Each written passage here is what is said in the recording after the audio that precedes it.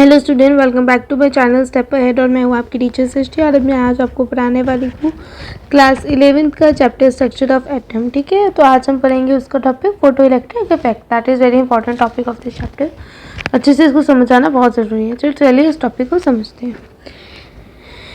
इन 1887 H hertz, ठीक है, hertz किसकी यूनिट होती है? जल्दी याद करो, फ्रिक्वेंसी की। तो hertz is the unit of frequency. Okay, performed an interesting experiment in which, ठीक है, he ejected means he threw up, ठीक है, were ejected when the certain metals, कौन से metal like potassium, rubidium and cesium, you have to remember which were the metals that he ejected. That were the potassium, rubidium and cesium. Okay, were exposed to the beam of light. अब इन जो metals पे beam of light पड़ी तो क्या हुआ? एक phenomenon show हुआ जिसको फोटो इलेक्ट्रिक इफेक्ट कहा जाता है। बेसिकली फोटो इलेक्ट्रिक इफेक्ट में क्या होता है वो मैं आपको पहले समझा देती हूँ, फिर हम ये आगे पढ़ते हैं। चलिए मैं एक खाली पेज लेकर आती हूँ अभी। तो ध्यान से इस स्क्रीन पे देखिएगा, ये ब्लैक वाली पे, ठीक है। अब ध्यान से सुनना। फोटो इलेक्ट्रिक इफेक्ट में क्या हुआ था, उसने ली थी एक शीट मेटल की। ये कौन से मेटल की बनी हुई थी? रुबीडियम की बनी हो सकती थी, पोटेशियम की, के लिख देती हूँ, और सीजियम की। इस पे उसने जब बीम ऑफ लाइट स्ट्राइक की, क्या हुआ? कुछ इलेक्ट्रॉन्स इजेक्टेड हुए। सम इलेक्ट्रॉन्स वर इजेक्टेड, ठीक है। सो इलेक्ट्रॉन्स वर इजेक्टेड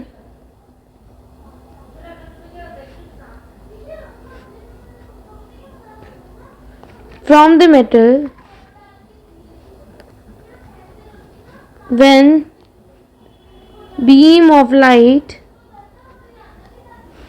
strike its surface। अब एक बात याद रखना, वो टाइम पीरियड, कौन सा टाइम पीरियड? वो टाइम पीरियड जो डिफरेंस है किसका?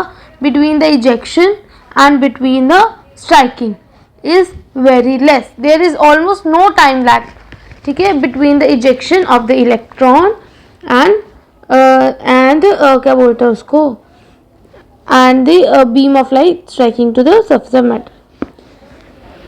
दूसरा point that is very main here is number of electron ejected is directly proportional to the intensity or brightness of light। Number of electron कितने eject होंगे ये किस पे डिपेंड करता था? ब्राइटनेस पे और इंटेंसिटी पे लाइट की, ठीक है। अब तीसरा point, I think it's very बड़ा हो गया, this would be the minimum size. Okay, so the third point that we take is the threshold frequency.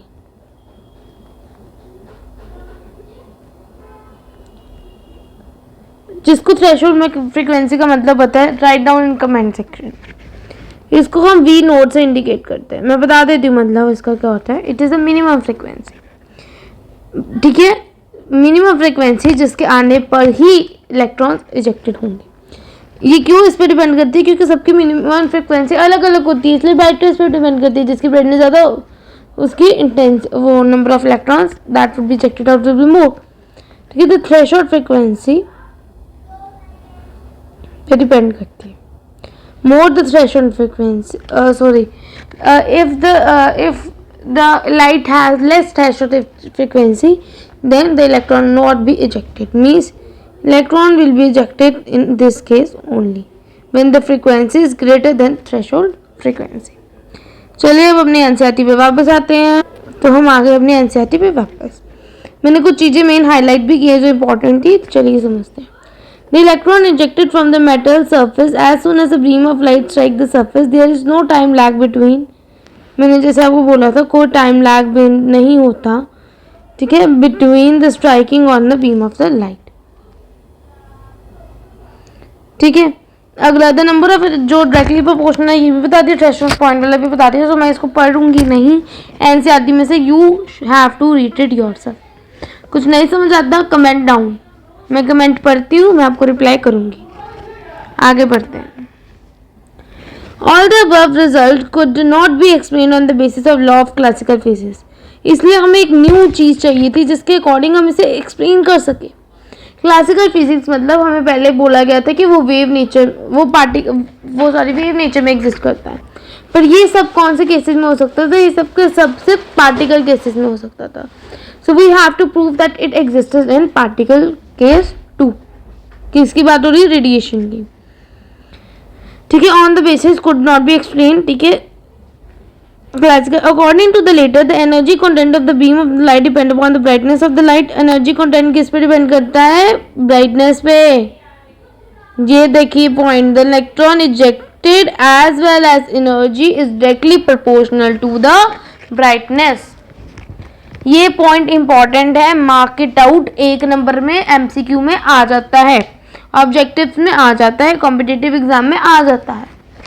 In other words, the number of electron ejected and the kinetic energy associated with them should depend on the brightness of the light. Number of electron ejected depends upon brightness of the light. It also been observed that through the number of electron ejected does depend upon the brightness of the light, the kinetic energy of the electron does not. अब क्या depend होता है क्या नहीं आ सकता है ना? Number and energy, ये दोनों किस पे डिपेंड होती है? ब्राइटनेस पे। K does not depend on brightness. ठीक है, इसका एग्जाम्पल ले लो। For example the red light, जिसका ये होती है, क्या होती है उसकी? Threshold frequency. ठीक है, may shine on a piece of potassium. उसको हमने क्या किया? पोटेशियम की पीस पे स्ट्राइक किया फॉर एन आवर्स, बट कोई फोटो इलेक्ट्रॉन इफेक्ट नहीं शो हुआ। क्यों नहीं हुआ होगा? What do you think? जल्दी कमेंट करो, जल्दी जल्दी जल्दी, मैं बताती हूँ। क्योंकि थ्रेशोल्ड फ्रीक्वेंसी का फर्क है। ठीक है, but as soon as very weak yellow light shines on the surface, the threshold frequency of the potassium metal is this. जो कि किसके पास है? इसके पास है। चाहे वीक येलो है, वीक है, ठीक है, वीक है, येलो लाइट चाहे वीक है, पर वो उसको इजेक्ट कर सकती है क्योंकि उसकी फ्रीक्वेंसी पास है। रेड लाइट चाहे ब्राइट होती है, हमें पता है, पर उसकी थ्रेशोल्ड फ्रीक्वेंसी यार कम है उसे। ठीक है, अब जो आइंस्टाइन है ना, उसने क्या किया था? ध्यान से सुनो। Einstein was able to explain the photo electric effect using the Planck quantum theory. तो जिसने प्लैंक क्वांटम थ्योरी वाली मेरी अभी वीडियो नहीं देखी ना, go check it out first. उसका एक मेन रूल आपको याद है? जल्दी बताओ। E is equal to H by H into V. E is equal to H into V. H की वैल्यू याद है? 6.612 आई थिंक इंटू 10⁻34। याद करो इसको, जल्दी जाओ, मेरी वीडियो देख कर आओ, अच्छे से समझ आ जाएगी। मेरी नहीं देखनी, किसी और की देख लो, अच्छे से समझना ज़्यादा ज़रूरी। ठीक है, ये हम पढ़ते नहीं होते, नहीं आता, we are not going to read it out. आगे चलते। Shining the beam of a light on the metal surface therefore be viewed as a shooting the beam of particle the photon. अब हम इसमें कौन से पार्टिकल शूट कर रहे हैं? फोटोन, जिसको हम अल्फा पार्टिकल्स भी कहते हैं। When a photon of a sufficient energy strike an electron, जब फोटोन और एक इलेक्ट्रॉन को स्ट्राइक करता है in the atom of a metal, the transfer of energy instantaneously to electron during the collision, and the electron is ejected without any time lag और delay. अब ध्यान से समझना इस पॉइंट को, अच्छे से समझ आएगा तो आगे का कंसेप्ट भी इजी हो जाएगा आप लोगों के लिए। अब इस केस में क्या हुआ? वो क्या कह रहा है कि एक फोटोन जो है इस केस में इलेक्ट्रॉन से टकराता है। क्यों इलेक्ट्रॉन इमिट होता है? उसका रीजन है बेसिकली, और ये आ सकता है आपको सब्जेक्टिव में भी और ऑब्जेक्टिव में। ठीक है, एक फोटोन जब इलेक्ट्रॉन से टकराता है तो energy of the photon get transfer to the electron. ठीक है, due to the transfer of energy from photon to electron, electron get energy and they get excited, so they are emitted without even the lag of time. मेरे को पता है, मैं अपनी video बनाते बनाते ना कई बार इंग्लिश में बोल जाती हूँ, तो जिन लोगों को इंग्लिश में अंडरस्टैंड करने में प्रॉब्लम होती है प्लीज़ मुझे बता दो, कमेंट कर दो. मैं अगली बार से हिंदी में भी कोशिश करूँगी कि मैं ऑलमोस्ट वीडियो हिंदी में ही बोल के बनाऊँ, पर मेरे निकल जाती है. When a photon of a sufficient energy strike an electron, ठीक है, it transfer, ये हो गया. Greater the energy possessed by the photon, greater will be the transfer of to the electron and greater the kinetic energy of the ejected electron. अब हमने कर दिया kinetic energy किस पर डिपेंड नहीं करती, ब्राइटनेस पे. तो इस केस में हम पढ़ेंगे किनेटिक एनर्जी डिपेंड करती किस पे है. मिल गया आंसर, किस पर एनर्जी डिपेंड करती है. It depends upon the energy of photon. जितनी एनर्जी फोटोन के पास है उतनी वो ट्रांसफर करेगा, उतनी एनर्जी इलेक्ट्रॉन के पास होगी और उतना ही इलेक्ट्रॉन जल्दी इजेक्ट होगा. ठीक है, in other words kinetic energy of ejected photon is proportional to the frequency of the electromagnetic radiation. K E is proportional to electromagnetic